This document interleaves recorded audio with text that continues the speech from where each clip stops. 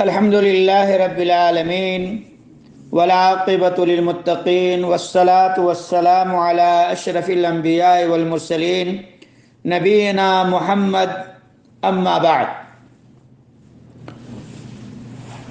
میرے بزرگوں، دوستوں، اسلامی بھائیوں اور بہنوں، السلام علیکم ورحمۃ اللہ وبرکاتہ۔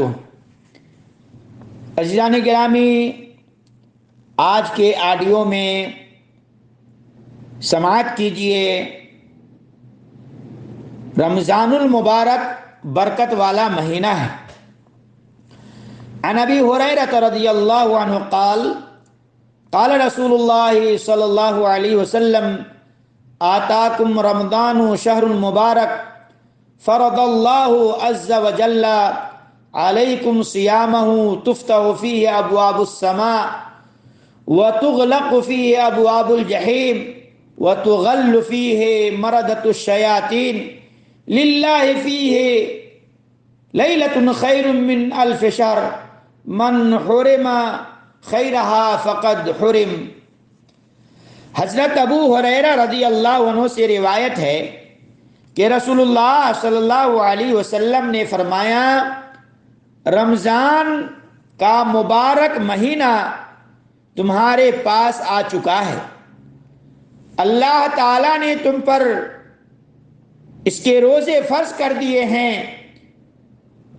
اس ماہ میں آسمان کے دروازے کھول دیے جاتے ہیں، جہنم کے دروازے بند کر دیے جاتے ہیں اور سرکش شیاطین کو بیڑیاں پہنا دی جاتی ہیں۔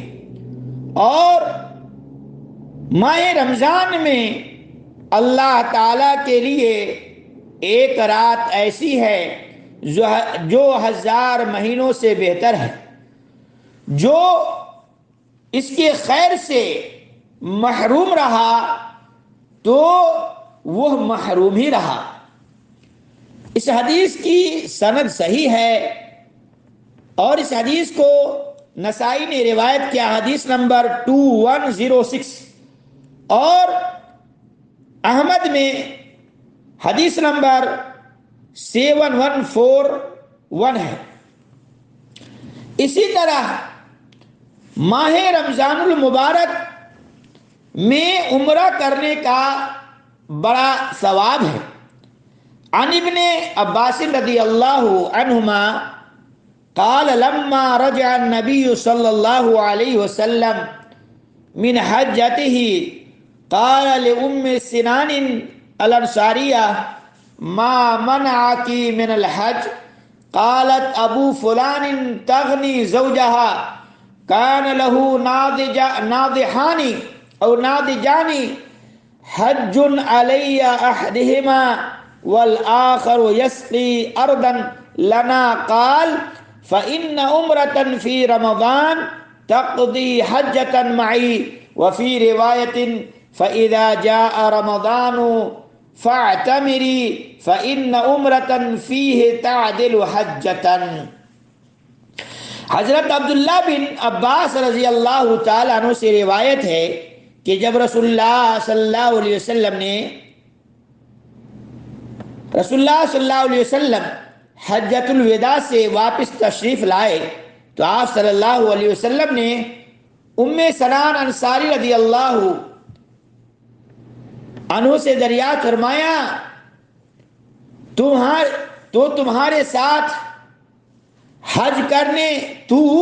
ہمارے ساتھ حج کرنے کیوں نہیں گئی؟ تو اس نے اپنا عذر بیان کرتے ہوئے کہا کہ چلا